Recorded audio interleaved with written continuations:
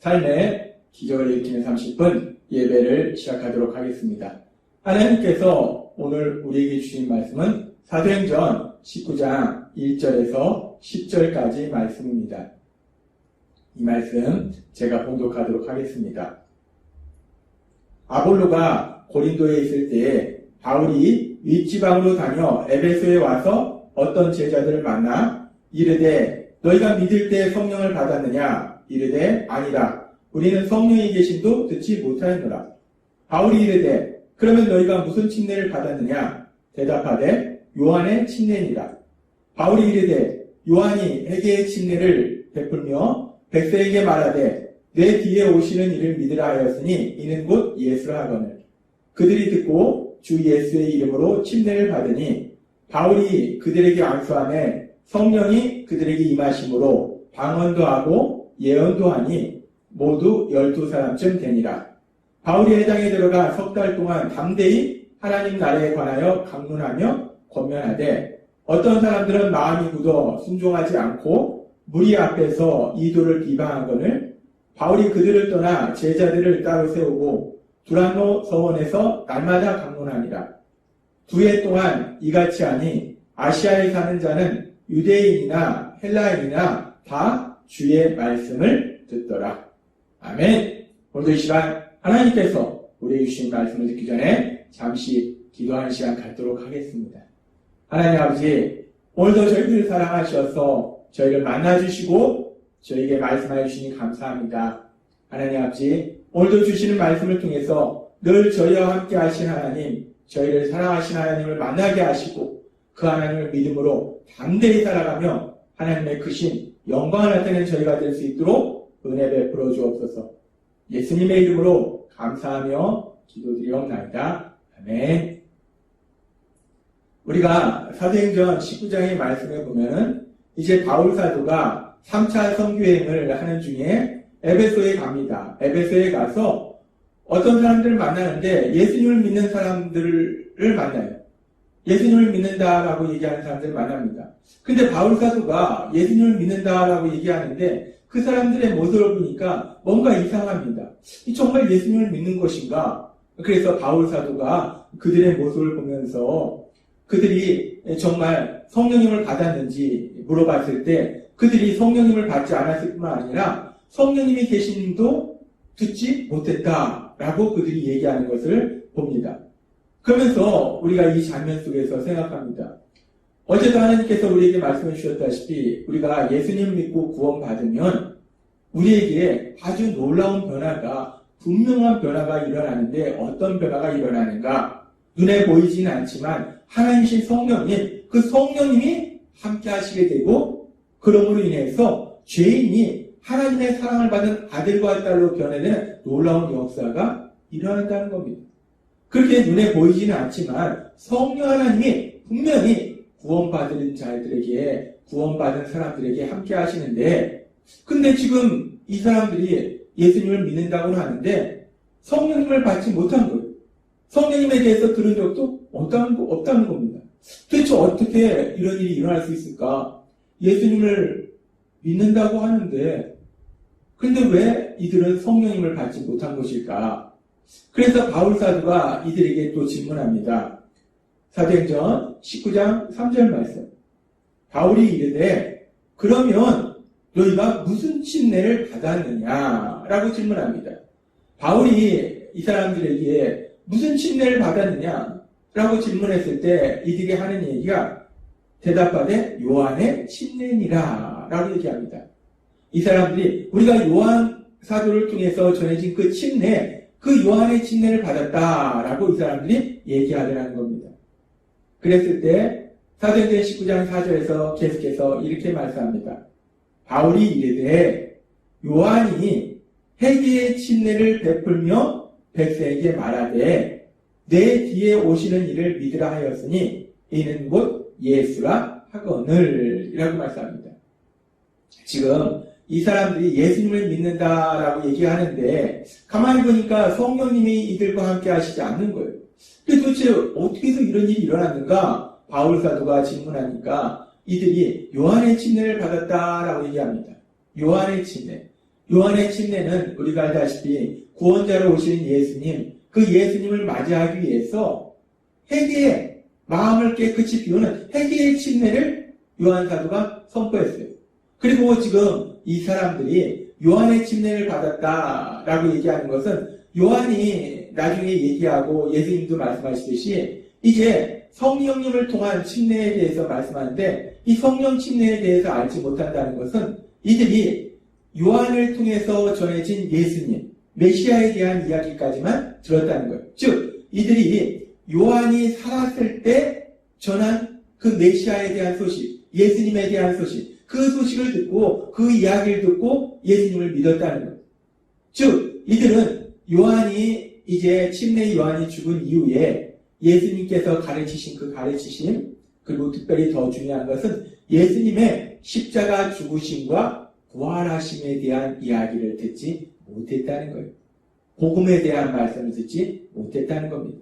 따라서 구원자로 오신 그 예수님께서 죄를 지은 우리를 대신하여 십자가에서 죽으심을 통해서 우리가 받아야 될 죄의 형벌을 대신 받으셔서 우리를 죄에서 구원하시는 구원 사역을 이루셨다는 그 복음의 말씀, 그 복음의 말씀을 듣지 못했다는 겁니다. 이들이 요한의 침례를 받았다라는 말씀을 통해서 우리가 알 수 있는 것은 이들이 요한을 통해서 전해진 메시아, 그 메시아로 오신 예수님, 그 예수님을 믿긴 믿었는데, 예수님을 메시아로 믿긴 믿었는데, 그들이 예수님을 메시아로 믿은 것이 그 당시 이스라엘 백성이 믿었던 것과 같은 그런 개념의 메시아, 즉 왕으로 오시는 메시아, 그 왕으로 오시는 메시아로서 예수님을 믿었다는 거예요.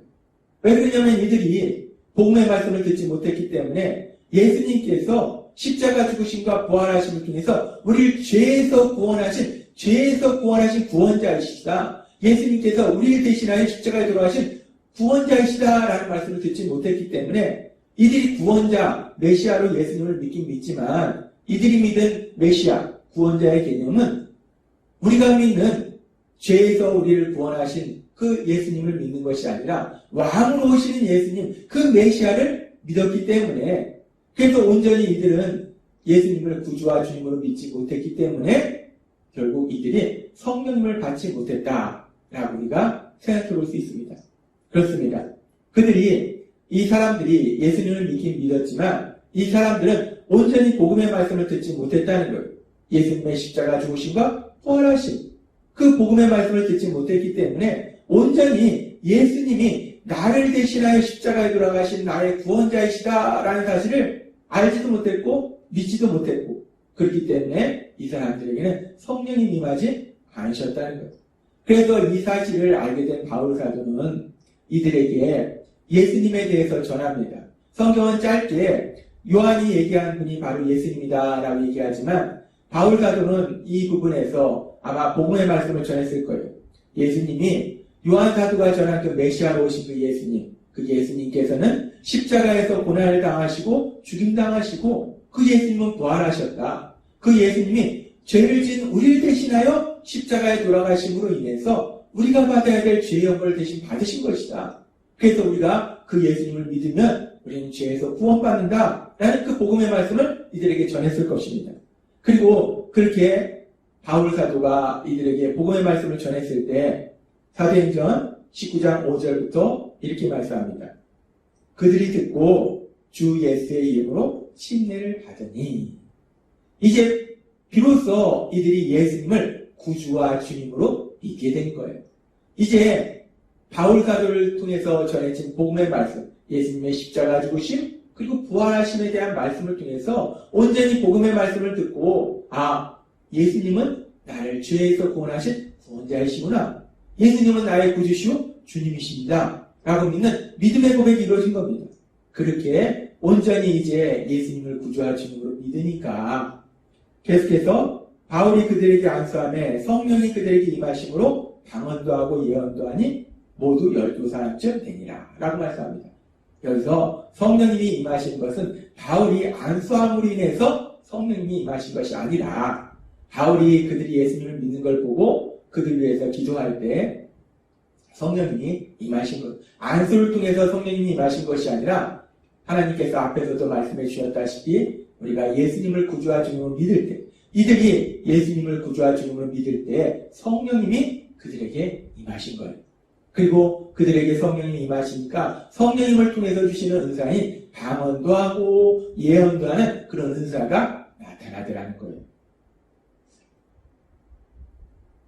오늘 말씀을 통해서 우리가 다시 한번 언제 성령님을 받게 되는지에 대해서 다시 한번 확인할 수 있습니다. 예수님을 믿는다라고 하지만 그 예수님을 온전히 구주이시고 주님이심을 믿지 못하면 성령님이 임하시지 않는다는 것. 십자가 죽으심과 부활하심에 대한 그 복음의 말씀, 그 복음의 말씀이 결국은 사람들이 예수님을 믿도록 만들고 그리고 거듭나도록, 그래서 성령님을 받도록 만든다는 것. 그래서 하나님께서는 베드로 사도를 통해서 베드로전서 1장 23절부터 이렇게 말씀합니다. 너희가 거듭난 것은 썩어질 씨로 된 것이 아니요 썩지 아니할 씨로 된 것이니 살아있고 항상 있는 하나님의 말씀으로 되었느니라. 거듭난 것은, 예수님을 믿고 성령님을 받게 된 것은 하나님의 말씀으로 되었다는 것. 그러면서 그 하나님의 말씀이 어떤 말씀인가? 오직 주의 말씀은 세세토록 있도다 했으니 너에게 전한 복음이 곧 이 말씀이니라 라고 말씀합니다. 복음의 말씀, 예수님의 십자가 죽으심과 부활하심에 대한 그 복음의 말씀, 그 복음의 말씀을 통해서 예수님을 구주와 주님으로 믿게 되고, 그래서 성령님의 역사하심에 따라서 거듭나게 되고, 그러면서 또한 그 성령님이 예수님을 구주와 주님으로 믿는 사람들에게 임하시는 그런 놀라운 역사가 일어나더라는 겁니다. 우리는 오늘 이 사도행전 19장의 말씀을 통해서 바울 사도가 3차 선교여행 중에 이 에베소 땅에서 복음을 전할 때 에베소에 있는 사람들이, 이방인들이, 특별히 12명이나 되는 사람들이 성령님을 받게 되는 이 놀라운 역사에 대해서 보게 됩니다. 이 사도행전 19장의 이 말씀은 마치 우리가 사도행전 2장에서 오순절날 예루살렘에 예수님을 믿는 사람들에게 성령님이 임하셨던 오순절 성령 강림의 사건을 다시 한번 기억하게 합니다. 그렇게 사도행전 2장에서 오순절날 예루살렘에서 성령님이 예수님을 믿는 사람들에게 임할 때 그 성령님의 역사하심을 통해서 강력하게 복음이 세상으로 전파되었듯이 이제 사도행전 19장에서 성령님이 에베소에 있는 이방인들에게 임하심으로 인해서 이제 이방 땅에 강력하게 복음이 전파되는 놀라운 역사가, 하나님 나라 확장되는 귀한 역사가 일어나더라는 것. 오순절날 성령 강림을 통해서 복음 전파의 강력한 역사가 일어나듯이 이제 에베소 교회에 성령님이 임하심으로 인해서 에베소 교회를 통해서 주변 지역에 강력하게 복음이 전파되는, 하나님 나라 확장되는 놀라운 역사가 일어나더라는 겁니다. 그래서 계속해서 성경은 이렇게 말씀합니다. 그렇게 12명에게 에베소 교회에서 성령님이 임하시고, 그러면서 사도행전 19장 8절은 이렇게 말씀합니다. 바울이 회당에 들어가 석 달 동안 담대히 하나님 나라에 관하여 강론하여 권면하되 라고 말씀합니다. 그렇게 에베소 교회에 12명의 이방인들에게 성령님이 임하시면서 더욱더 강력하게 바울 사도가 복음을 전해요. 그 과정 속에 어떤 사람들은 믿고 어떤 사람들은 복음을 전하는 바울 사도를 여전히 핍박하는 사람도 있어요. 그래서 이번에는 바울 사도가 예수님을 믿는 사람들을 따로 모아서 사도행전 19장 9절부터 이렇게 말씀합니다. 어떤 사람들은 마음이 굳어 순종하지 않고 무리 앞에서 이도를 비방하거늘 바울이 그들을 떠나 제자들을 따로 세우고 두란노 서원에서 날마다 강론하니라. 2해 동안 이같이 하니 아시아에 사는 자는 유대인이나 헬라인이나 다 주의 말씀을 듣더라 라고 말씀합니다. 에베소 교회에 12명의 이방인에게 성령님이 임하시면서 강력하게 복음 전파의 역사가 일어나면서 바울 사도가 이제 두란노 서원에서 2년 동안 하나님의 말씀을 강력하게 선포합니다. 하나님의 말씀을 전해요. 그러면서 지금 말씀해 보니까 아시아에 사는 자는 유대인이나 헬라인이나 다 주의 말씀을 듣더라. 이 에베소 지역을 중심으로 해서 그 주변 지역의 모든 사람들이 헬라인이든 유대인이든 하나님의 말씀을 듣고 구원받는 놀라운 역사가 일어나더라는 거예요. 그래서 이렇게 에베소 교회에서 2년 동안 강력하게 복음 전파의 사역을 통해서 이제 이 주변 지역에 복음이 전파되고 그래서 많은 지역에 정말 교회들이 세워지는데 우리가 요한계시록에 보면 요한계시록에 나오는 교회들이 있어요. 서머나 교회, 버가모 교회, 두아드라 교회, 사대 교회, 빌라델피아 교회, 라우디게아 교회 이런 모든 교회들이 바울 사도가 에베소에서 사역할 때 강력하게 복음이 전파되면서 탄생한 교회들이에요. 이런 교회들뿐만 아니라 주변에 또 골로새, 히아라폴리 이런 등에도 교회가 생겨졌다는 것. 기독교 공동체가 탄생하는 놀라운 역사가 일어났고 이렇게 탄생한 많은 교회들이 초창기에 초대교회에 아주 중요한 역할들을 하는 교회들로 그 역할을 감당했다는 겁니다. 우리는 오늘 사도행전 19장의 말씀을 통해서 에베소 교회에 이방인들에게 성령님이 임하시는 이 놀라운 역사로부터 바울 사도의 사역이 시작된 것을 볼 수 있습니다. 그렇게 성령님이 임하시면서 복음이 강력하게 전파되는 것을 볼 수 있습니다. 그래서 우리는 이 에베소 사도행전 19장에 이 사항을 놓고 에베소의 오순절이다 라고 말하기도 합니다. 오순절날 성령님이 임하심으로 인해서 강력하게 복음이 전파되듯이 에베소 교회에 성령님이 임하시면서 강력하게 복음이 전파되더라는 거예요. 예수님께서 사도행전 1장 8절에서 말씀하신 것처럼 오직 성령이 너희에게 임하시면 너희가 권능을 받고 예루살렘과 온 유대와 사마리아와 땅끝까지 이르러 내 증인이 되리라 하시니라 말씀처럼 성령님이 임하시니까 성령이 본격적으로 역사하시니까 에베소뿐만 아니라 그 주변 지역까지 강력하게 복음이 전파되는 하나님 나라 확장되는 놀라운 역사가 일어나더라는 거예요. 그렇습니다. 바울 사도를 통해서 믿음의 사람들을 통해서 복음의 말씀이 전파되지만 결국 그 복음의 말씀을 통해서 하나님 나라 확장되도록 역사하신 분은 성령 하나님이시라는 거예요. 성령 하나님이 역사하셔야지 성령 하나님이 역사하시니까 강력히 하나님 나라 확장되는 역사가 일어나다는 겁니다. 근데 오늘 말씀을 듣는 우리들이 예수님을 믿을 때 우리에게도 그 성령 하나님이 임하셔서 우리와 함께하고 계심을 믿습니다. 따라서 우리와 함께 하시는 성령 하나님, 그 성령 하나님이 우리 삶 속에서 강력하게 역사하셔서 우리의 삶을 통해서 에베소 교회에 일어났던 이런 놀라운 영권의 역사처럼 우리의 삶을 통해서 놀라운 영권의 역사, 하나님 나라 확장되는 그 신나는 역사를 체험하시는 여러분이 되시길 주님의 이름으로 축원합니다. 기도하겠습니다. 하나님 아버지 감사합니다. 오늘도 주신 말씀처럼 에베소 교회에 성령님이 임하시면서 강력히 복음 전파의 역사가 일어났듯이 우리와 함께 하시는 성령님의 역사하심을 통해서 우리의 삶을 통해서 영권의 놀라운 역사들이 일어나게 될 걸 믿습니다. 예수님의 이름으로 감사하며 기도드리옵나이다. 아멘. 이 시간도 하나님께서 우리 주신 말씀을 묵상하면서 조용히 기도하는 시간 갖도록 하겠습니다.